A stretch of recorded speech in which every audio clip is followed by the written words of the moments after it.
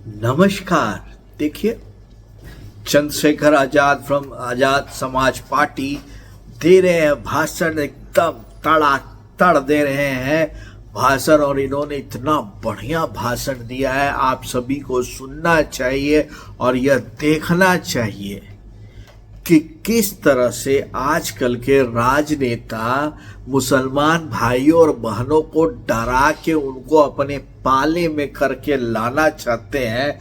इस जनाब से ज्यादा अच्छा बढ़िया कोई नहीं जानता है। धन्यवाद अध्यक्ष जी।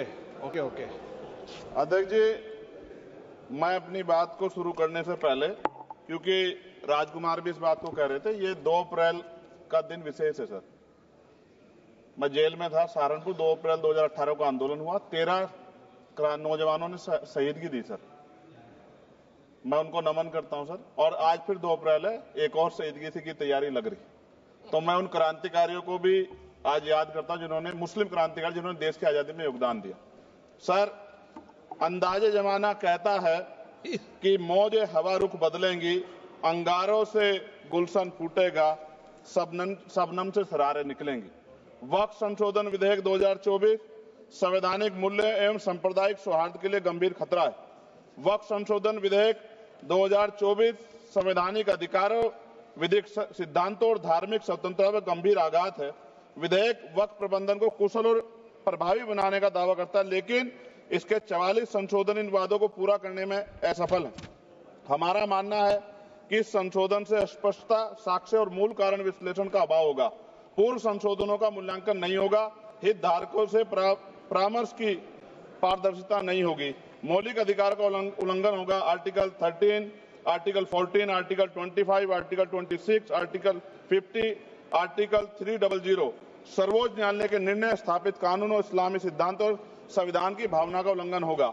असत्य वादे बनाम वास्तविक प्रभाव, विधेयक सुधार और सशक्तिकरण का दावा करता है, लेकिन वास्तव में धार्मिक संपत्तियों के पुनः वर्गीकरण, जब्ती का प्रावधान संशोधन 39A, ऐतिहासिक मस्जिदों, कब्रिस्तानों को सरकारी संपत्ति घोषित करना, जिससे सांप्रदायिक तनाव पैदा हो सकता है। जिलाधिकारियों को अत्यधिक अधिकार प्राप्त करना, संशोधन 4B।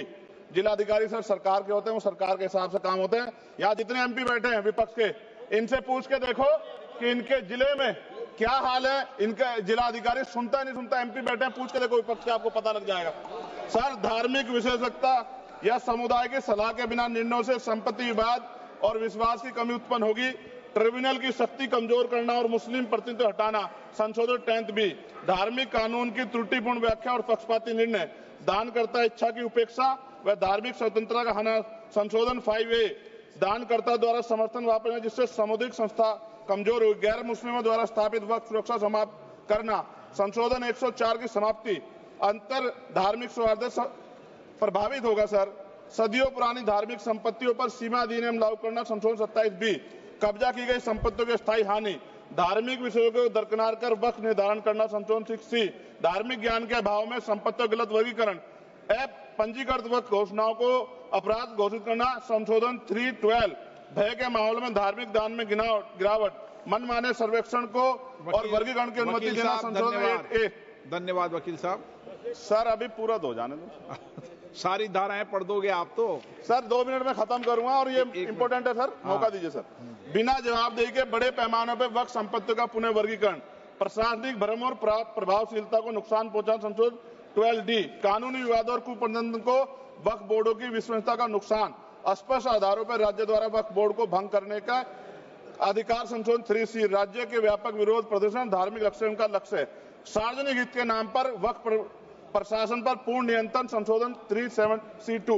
व्यापक स्तर पर अशांति विरोध प्रदर्शन, कानून व्यवस्था की गंभीर स्थिति।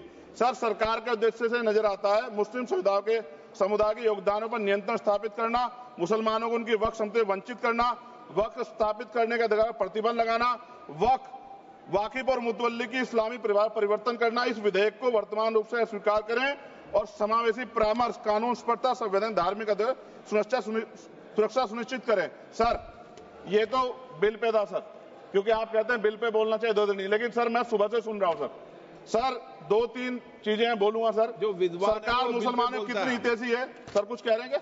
जो विद्वान होता है वो बिल पे बोलता है सर, बस खत्म कर रहा हूं। सरकार कितनी हितैषी है सर केंद्रीय मंत्रिमंडल में एक भी मुस्लिम मंत्री नहीं है।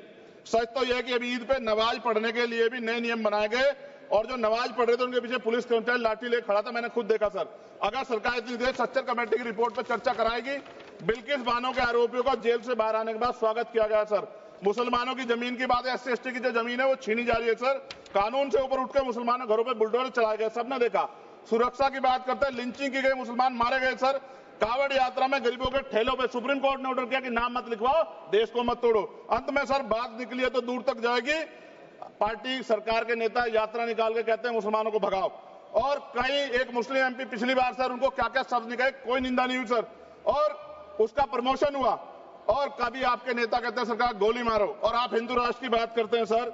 मेरा यह कहना है सर, मैं इसका पुरजोर विरोध करता हूं और अपनी एक शायरी के साथ खत्म करूंगा। तो बहुत सुनी मैंने आज दोनों तरफ, जब तक ना बदले जालिम हुकूमत का मिजाज, एहतजाज एहतजाज एहतजाज, और ये तब तक रहेगा जब तक सर अपनी सरकार सोच नहीं होती। धन्यवाद सर। ये चंद्रशेखर आजाद जी अपने ही एगो हर चीज पे धमकाने वाला राजनीति करते हैं, और ये जो अभी बोल रहे हैं और जो यह करते हैं एकदम उल्टा काम कर रहे हैं।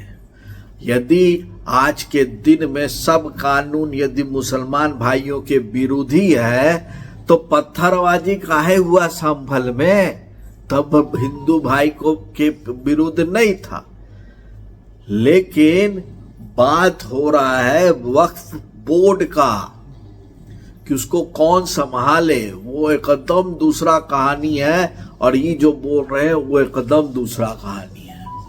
लेकिन ये महान है, ये ऐसा नेता, सबका नेता जिस दिन बन गया तो एकदम सही बोले हैं हमारे गृह मंत्री, देश को डुबा दोगे, बटवा दोगे, सही बोल रहे हैं।